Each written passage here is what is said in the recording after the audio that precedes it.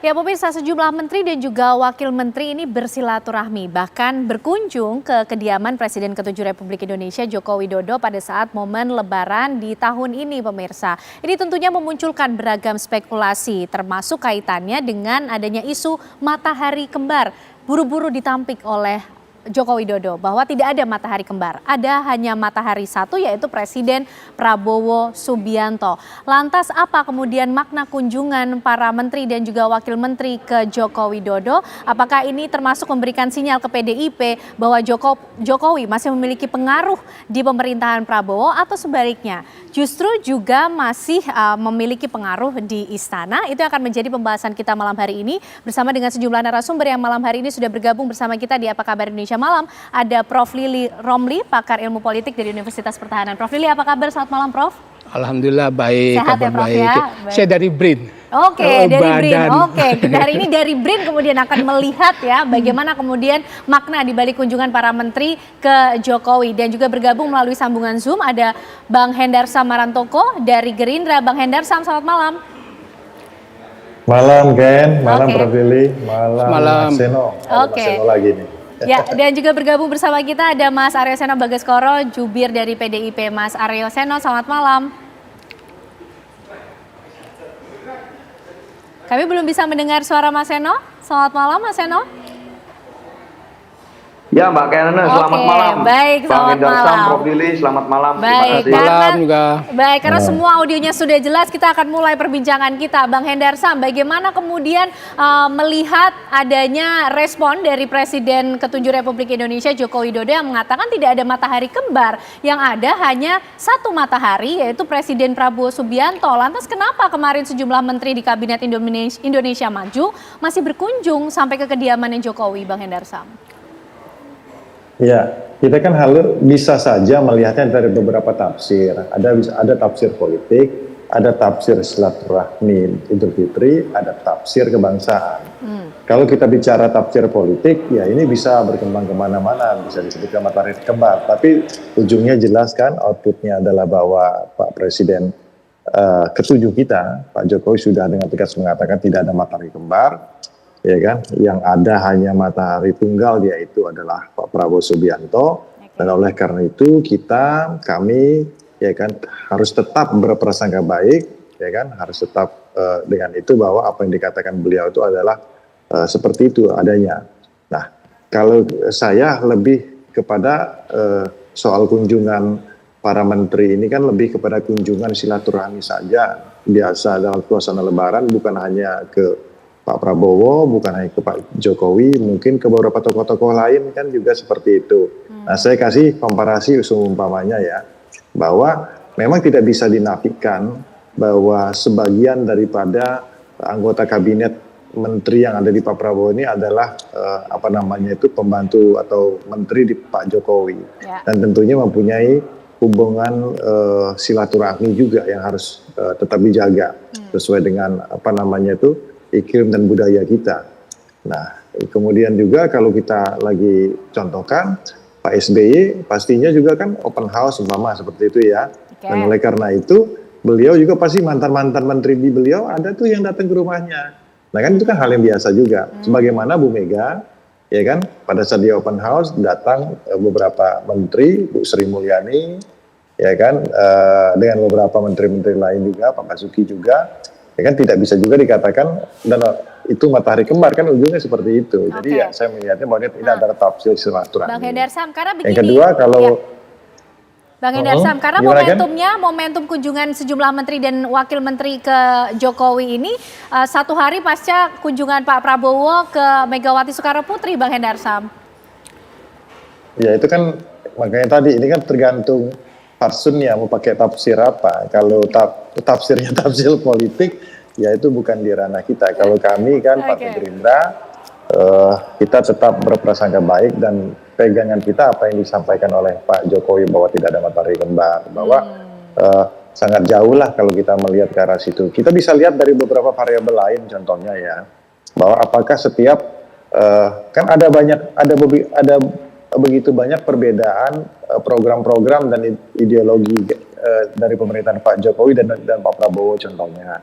Kalau kita mau lihat, Kita lihat aja sekarang, apakah ada intervensi dari sisi program, begitu kan, yang dilakukan oleh Pak Jokowi sehingga itu terinduksi ke dalam program-program Pak Prabowo. Baik. Kan ternyata enggak juga, ya Baik, kan Bang gitu Hendarsam. kan. Jadi beliau adalah orang yang independen dan Pak Jokowi juga saya rasa sudah tahu lah ya Baik, bahwa Bang Hendarsam. beliau adalah mantan presiden dan oleh karena Kita itu tangkap poinnya. ikut dengan imamnya. Ya, Wah, imam baik yang Bang Pak Hendarsam. Prabowo saat ini. Oke, Prof Lili, kalau itu tadi prasangka baik lah ya dari Gerindra, dari Bang Hendarsam. Memang ada prasangka buruk yang kemudian harus kita pikirkan sebagai satu bentuk spekulasi juga. Karena kemudian kunjungan para menteri ini dimaknai sebagai apa, Prof Lili? Kita sebenarnya dalam konteks bukan berprasangka buruk, tetapi kan ada kekhawatiran. Persepsi publik melihat bahwa ini ada sesuatu yang tidak baik. Nah, anggapan bahwa publik menunjuk ada matahari kembar itu karena memang ada fakta-fakta. Yang pertama, bahwa Pak Wapres adalah anaknya Pak Jokowi. Yang kedua, mayoritas menteri-menteri adalah rekomendasi dari Pak Jokowi. Yang ketiga, para menteri yang berkunjung ke sana ini, meskipun sudah dikoreksi katanya slip lidah, dia mengatakan bahwa kunjungan ke bos. Pasti itu bukan di bawah alam sadar dia gitu. Pasti kan udah tahu setiap kunjungan kepada Pak Jokowi itu diliput oleh media massa. Tapi kenapa mengatakan seperti itu? Pasti kan ada sesuatu, memang ada loyalitas ganda. Itulah yang kita khawatir. Ya syukur memang tadi husnuzonnya itulah yang penting. Terus yang keempat, ini kan apa yang dikatakan oleh Pak Jokowi meskipun sudah mengatakan antara yang tersurat dan tersirat itu kan susah. Iya ternyata tidak. Sulit juga kita menebak susah juga menebaknya karena banyak fakta-fakta yang berbeda apa yang diucapkan dengan yang dilaksanakan. Jadi meskipun Pak Jokowi bahwa tidak ada itu matahari tunggal itu hanya Pak Prabowo, apa iya? Nah gitulah, itulah yang kita ingin tunggu. Karena memang kalau sampai ada matahari kembar itu akan problematik sekali. Dampaknya seperti apa, Prof? Dampaknya yang jelas pertama adalah program-program pemerintah itu tidak akan jalan. Karena ada loyalitas ganda. Apa yang diperintahkan oleh Pak Prabowo belum tentu diimplementasikan. Bisa jadi mungkin resistensi itu tidak frontal ditunjukkan, tetapi secara diam-diam dengan berbagai macam alasan. Itu yang pertama. Terus yang kedua pasti akan terjadi polarisasi, fragmentasi di kalangan menteri-menteri itu. Kok di sana dia ternyata ada loyalitas ganda, tetapi nggak ada dapat teguran dari Pak Prabowo. Gitu. Jadi ancaman di internal pemerintahan ancaman sendiri. Di internal akan terjadi curiga mencurigai, akan terjadi distrust. Padahal yang diinginkan oleh Prabowo adalah persatuan dan kesatuan, satu komando. Nah, dan di dalam sistem presidensial memang Pak Prabowo itu eksekutif tunggal, nggak boleh ada matahari. Hatta Pak Wapres sendiri nggak boleh. Nah, apalagi kemudian muncul aja di luar pemerintahan. Jadi sebenarnya kita ini masyarakat khawatir. Karena kita menginginkan agar betul-betul memang Pak Prabowo itu adalah matahari tunggal yang memberikan eksekusi putusan setiap program-program, tidak ada bisikan-bisikan lain. Karena kasus-kasus di daerah, matahari kembar kan sering terjadi. Di partai politik juga sering terjadi. Nah, jangan sampai kejadian di pemerintahan daerah itu, di partai-partai politik itu terjadi juga di organisasi besar yang namanya negara ini. Bagaimana kalau ada dua nahkoda? Udah pasti, yang satu ke utara, yang satu ke selatan. Sehingga tujuan pembangunan yang dicanangkan oleh Pak Prabowo ingin mencapai Indonesia emas, bisa jadi kemudian tidak tercapai. Baik Prof. Kalau Mas Seno dari PDIP berprasangka apa Mas dengan sejumlah menteri dan juga wakil menteri yang bahkan mengunjungi langsung Mas Seno kediamannya Pak Jokowi ini? Apakah melihat betul ada loyalitas ganda? Karena momentumnya satu hari pasca pertemuan Pak Prabowo dengan Bu Mega, Mas Seno. Iya, makasih Mbak Kenane. Yang pasti satu, kita adalah partai politik yang dewasa. Kita memahami bahwa di dalam tradisi bangsa Indonesia silaturahim itu bukan hal baru.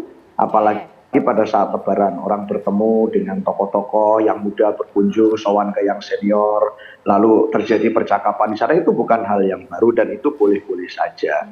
Tetapi menjadi sesuatu yang baru, menjadi sesuatu yang unik, menjadi sesuatu yang diperbincangkan publik hari ini, itu kan bukan soal silaturahim atau pertemuannya.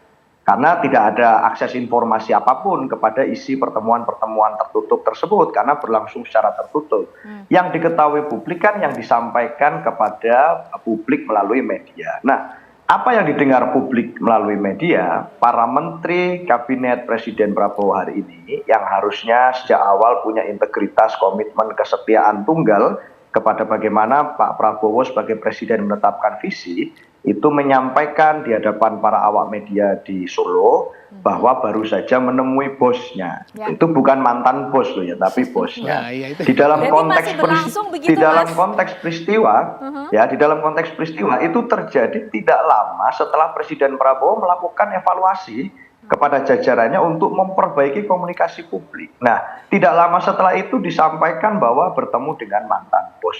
Rasanya kok tidak tepat sekali gitu. Nah, maka kalau saya tegas saja menyampaikan usulan bahwa itu adalah tindakan yang salah yang dilakukan oleh menteri-menteri yang mengatakan bertemu dengan bosnya itu. Karena mau dikata apapun, Pak Jokowi hari ini adalah sudah tidak lagi menjabat sebagai presiden.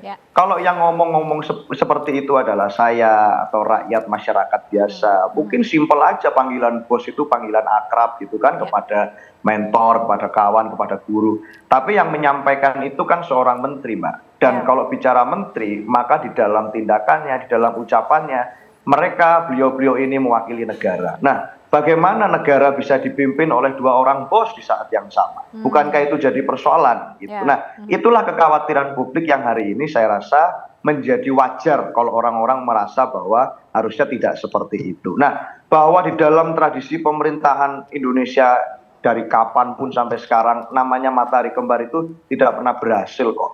Mau dilihat dari zaman kerajaan, dari zaman secara lokal, secara parsial, selalu tidak pernah berhasil. Karena harusnya ya satu, bagaimana kira-kira navigasi kepentingan bangsa ke depan itu ditetapkan visinya oleh presiden, tidak ada orang lain. Begitu, Pak. Oke, baik. Kalau Bang Hendarsam bagaimana melihatnya, Bang? Ini bisa bahaya nih kalau sampai kemudian ada loyalitas ganda di tubuh pemerintahan Kabinet Indonesia Maju, begitu kan? Jangan sampai kemudian kunjungan para menteri ini juga masih menyikapinya sebagai bos. Itu maknanya apa? Nanti dijawab ya, Bang Hendarsam. Usai jeda pemirsa, kami kembali untuk Anda.